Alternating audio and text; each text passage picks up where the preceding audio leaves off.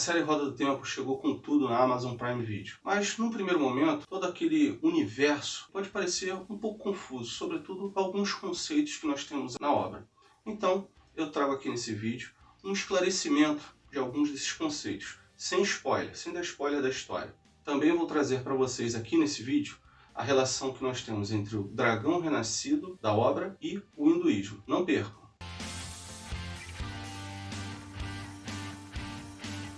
E aí pessoal, tudo tranquilo? Meu nome é Pablo Vital e esse é o canal Network Nerd.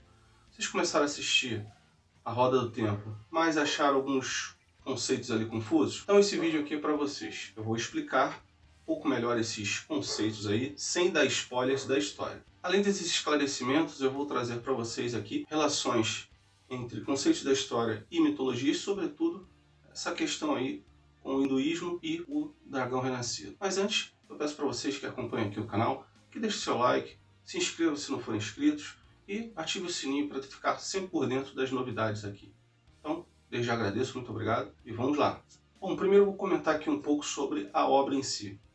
A Roda do Tempo, ela é um conjunto de 15 livros, sendo que um deles é uma prequela, ou seja, uma história anterior à história principal, como se fosse um prólogo da história principal que nós vemos ali.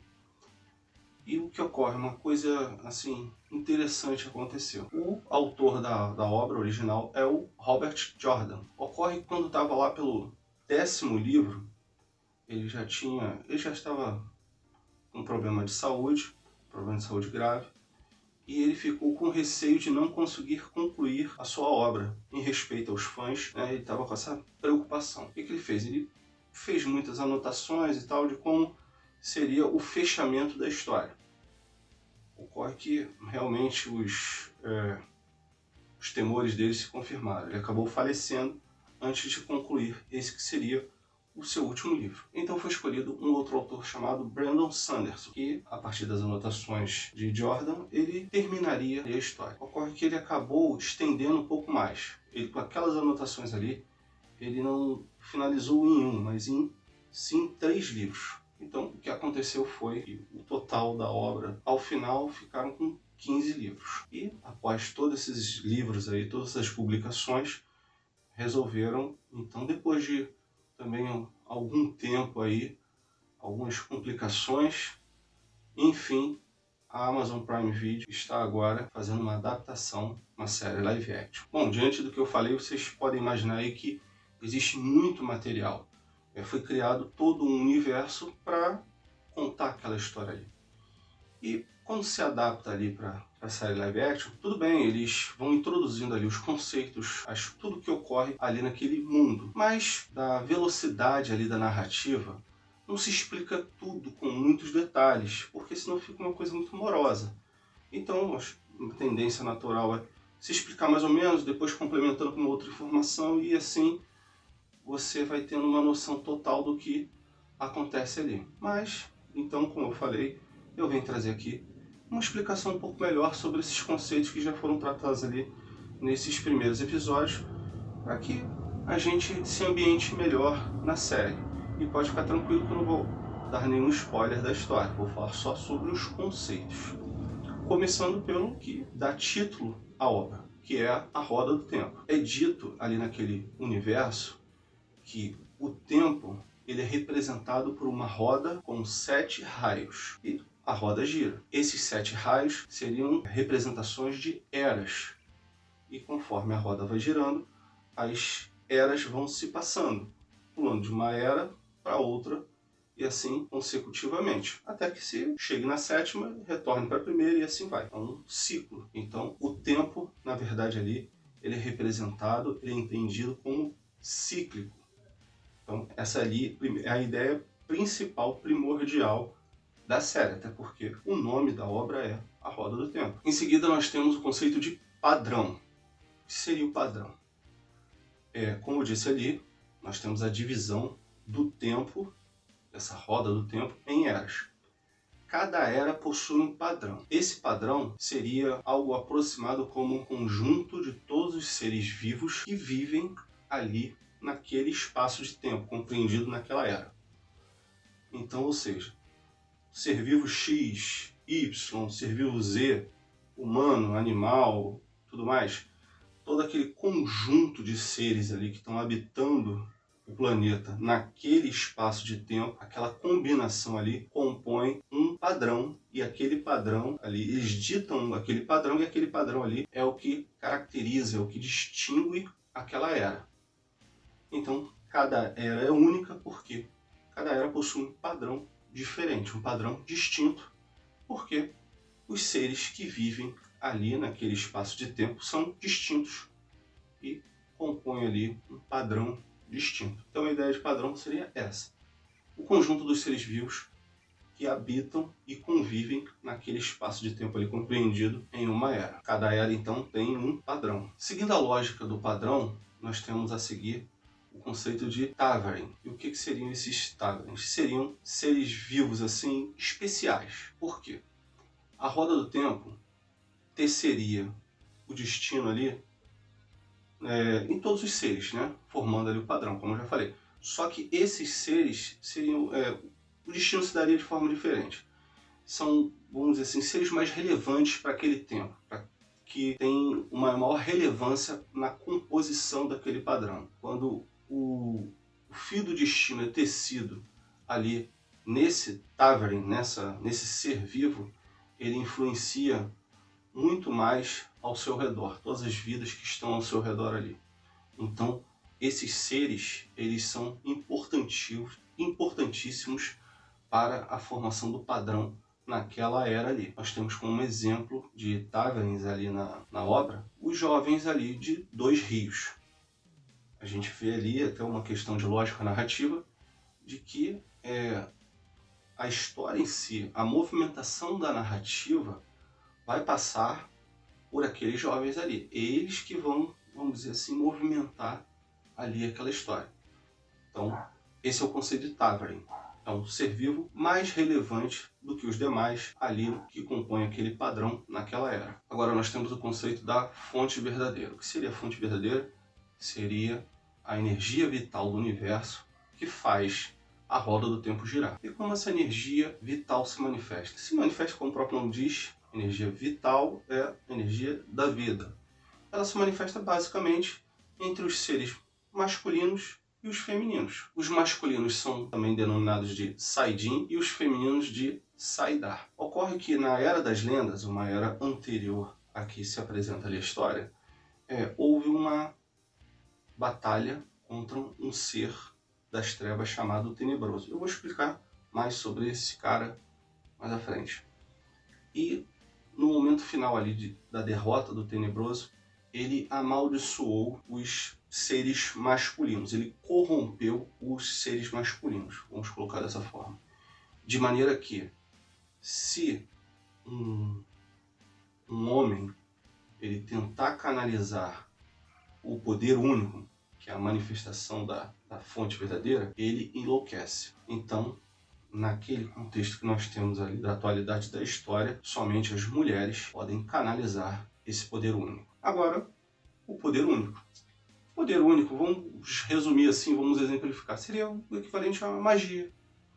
A gente pode entender que a fonte verdadeira é como se fosse humana, né? Uma energia vital que em várias culturas nós chamamos de chakra, de ki, de uma energia vital, uma energia interna, e vamos dizer assim, nos contextos de RPG nós chamamos mais de mana, e é a energia que se utiliza para castar as magias, evocar as magias. Então, basicamente, a grosso modo, aí vamos resumir, a fonte verdadeira seria humana, que é uma energia vital, né, que se propaga por todo o universo, e a partir do humana, ali naquele contexto, os personagens canalizam o poder único. E esse poder único a gente pode verificar ali que é como se fossem magias, né? Então nós temos ali os feiticeiros, na verdade feiticeiras, porque como eu disse, os homens se começam a canalizar o poder único, eles acabam enlouquecendo pela maldição do Tenebroso. Agora eu vou falar do Tenebroso. Ele ali, até agora na série ali, ele só é chamado de Tenebroso e tal, mas o nome verdadeiro dele vai ser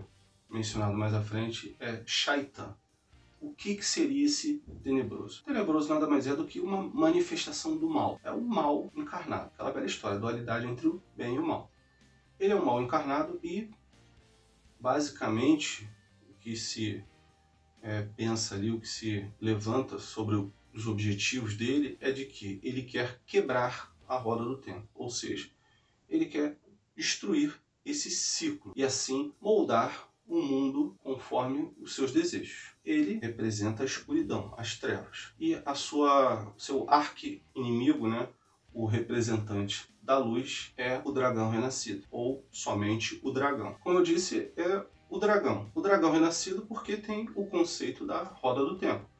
Então, como a questão ali é cíclica, o dragão vai retornar para poder, assim, confrontar o tenebroso. Então, quando ele retorna, ele renasce. Então, seria o dragão renascido. O dragão ou o dragão renascido, ele é a representação da luz. Enquanto o tenebroso é as trevas, ele é a luz. E ali, basicamente, a história começa nesse contexto. Porque pensa-se, acredita-se, que um daqueles jovens dali da localidade de Dois Rios é o dragão renascido. Então a narrativa se movimenta nesse sentido, de descobrir, de verificar, de conhecer esses jovens e saber quem deles é esse dragão renascido que vai poder ter um embate contra o tenebroso. Aí nós temos as Aes Sedai, que na língua antiga significa servos de todos. Elas são basicamente mulheres poderosas, influentes, que canalizam o poder único. Ou seja, são feiticeiras. Como eu, a grosso modo, aqui estava simplificando. E são feiticeiras muito poderosas, organizadas, como se fosse existe uma hierarquia e tudo mais. Então, assim, é uma organização de feiticeiras, as Aes Sedai. E nós acompanhamos ali a protagonista da história, a Moraine. Ela é uma Aes Sedai e ela acredita que, como eu já disse aqui, um dos jovens lá da localidade Dois Rios é o dragão renascido. Então, ela se dirige a essa localidade na busca, no encontro desses jovens, para descobrir qual deles seria esse dragão renascido. Quero lembrar vocês, amigos, que podem adquirir produtos dos mais diferentes departamentos pelos melhores preços na loja virtual NetworkNet. Não deixe de conferir o link aqui na descrição. Também quero lembrar vocês, amigos, que utilizam o Canva. Eu lhes apresento o curso PhotoCanva. É o mais completo do mercado com seus 18 módulos e um preço super acessível. Clique aqui no link da descrição, o site promocional, para verificar todas as possibilidades que o curso pode lhe oferecer sem compromisso algum. Não deixe de conferir. Agora que eu falei aqui, basicamente, os conceitos, as coisas novas que nós temos ali que nos é apresentada ali na narrativa de A Roda do Tempo, eu vou mostrar aqui para vocês algumas peculiaridades com relação a mitologias e até filosofia desses conceitos que nós temos ali na narrativa, na obra, com o que nós temos na filosofia e mitologia ao redor do mundo. Vou começar falando ali pela questão da fonte verdadeira. Como eu disse ali, a fonte verdadeira ela é uma energia presente, uma energia vital presente em todo o universo que movimenta a roda do tempo. E essa energia vital, ela se manifesta de duas formas, através do masculino e do feminino. Então eu já faço ali a comparação com o Yin-Yang, o conceito do Yin-Yang. Como podemos ver ali, masculino e feminino, o Yin-Yang também tem essa representatividade do masculino e do feminino, forças basicamente opostas, mas que na verdade se complementam, criando assim uma harmonia. Se a gente verificar ali, basicamente, as questões envolvendo ali a fonte verdadeira e o Yin Yang, nós vemos muita similaridade. Então, a primeira correlação é essa aí. A fonte verdadeira, com essa partição ali do masculino e do feminino, eu comparo com o Yin Yang. Também essa questão ali que o Yin Yang também representa as forças masculinas e femininas. Nós temos ali também, como eu falei, o padrão. O padrão ali nos é mostrado como uma trama de fios entrelaçados que formam assim o destino, a trama, o padrão. Com relação a essa questão do fio, da trama, eu faço uma alusão aqui, faço uma comparação com a mitologia romana e grega, onde nós temos as figuras dependendo da mitologia, das Parcas ou das Moiras, que seriam três mulheres que teciam um destino não só de humanos, mas até mesmo dos deuses. Essa representação era o nascimento, a vida, né, a vivência e depois a morte. A criação do fio, a utilização ali, o manuseio do fio e depois o corte do fio. Então essa questão ali do destino, da trama, o fio que cria o padrão, tem essa relação ali nas mitologias gregas e romanas com as moiras e arcas, né? Dependendo ali do nome. Agora, próprio nome da obra, A Roda do Tempo. A Roda do Tempo é aquele conceito de um tempo cíclico, de os personagens ali falam, eu vou voltar, eu vou renascer de uma outra forma, tal. Ele se assemelha muito ao conceito do hinduísmo e do budismo do samsara. O samsara seria o eterno ciclo do morrer e renascer. Uma pequena diferença ali, é bem semelhante nesse sentido ali, né? As pessoas acreditam que reencarnam, né? Porque o tempo seria cíclico. Com a roda do tempo, nós compararíamos com o símbolo do samsara, também que é uma roda. A diferença somente é que ali na história de A Roda do Tempo, as pessoas morreriam e renasceriam ali naquele mundo dos seres humanos. Já o Sansara prevê 6 mundos. Um desses mundos é o mundo dos humanos. Então, basicamente, no Sansara, você morre e pode renascer como um humano ou não. Agora nós vemos a figura do dragão renascido. Nos é dito ali que é um personagem que renasce para combater, para se contrapor ao mal. Ele é a representação da luz e se contrapõe à representação das trevas. O paralelo que eu tenho quanto a isso é o deus do hinduísmo chamado Vishnu. Ele é um dos deuses mais importantes ao lado ali de Brahma e Shiva da mitologia ou até mesmo da religião hindu. O Brahma é a criação, o Shiva é a destruição, mas para renovação, e já o Vishnu, ele é a manutenção. É dito que Vishnu vai vir à Terra 10 vezes, através de 10 avatares, representações. Vishnu, sempre quando ele vem na forma de um dos avatares dele, é para proteger o mundo de uma grande catástrofe, de um grande mal que o assola. A gente vê aí que, então, Vishnu surge para combater um mal extremo, assim como o dragão renascido. Ele aparece para se contrapor ao mal. Ali, só a título de curiosidade, pelo que se tem de informação, Vishnu já teria aparecido 9 vezes na Terra, através de 9 avatares, e falta só o 10º. Entre esses 9 aí, os mais conhecidos que posso citar aqui é Rama, Krishna e Buda. Mas a ideia de Vishnu com o dragão renascido. Os dois surgem na Terra ali para salvar o mundo, salvar os humanos de uma grande ameaça, de um grande mal. E aí, pessoal, o que vocês acharam? Esclarecer um pouco mais os conceitos ali da série? Não quis entrar em detalhes, eu não quero dar spoiler. Vamos todo mundo curtir a série ali, capítulo por capítulo, conforme vai aparecendo na Amazon Prime Video. E a questão da mitologia, da questão da filosofia. Vocês concordam comigo? Acharam que realmente faz sentido o que eu falei aqui? Deixa aqui seus comentários. Quando eu bati o olho na história, eu correlacionei com essas questões. Mas vamos conversar aqui. O que vocês acham disso aí? Então, eu peço que vocês participem com seus comentários e também com o seu like, com a sua inscrição, ativando o sininho. Participe aqui do canal. Nos ajude a conversar aqui, a conviver nessa comunidade aqui de amantes da cultura nerd.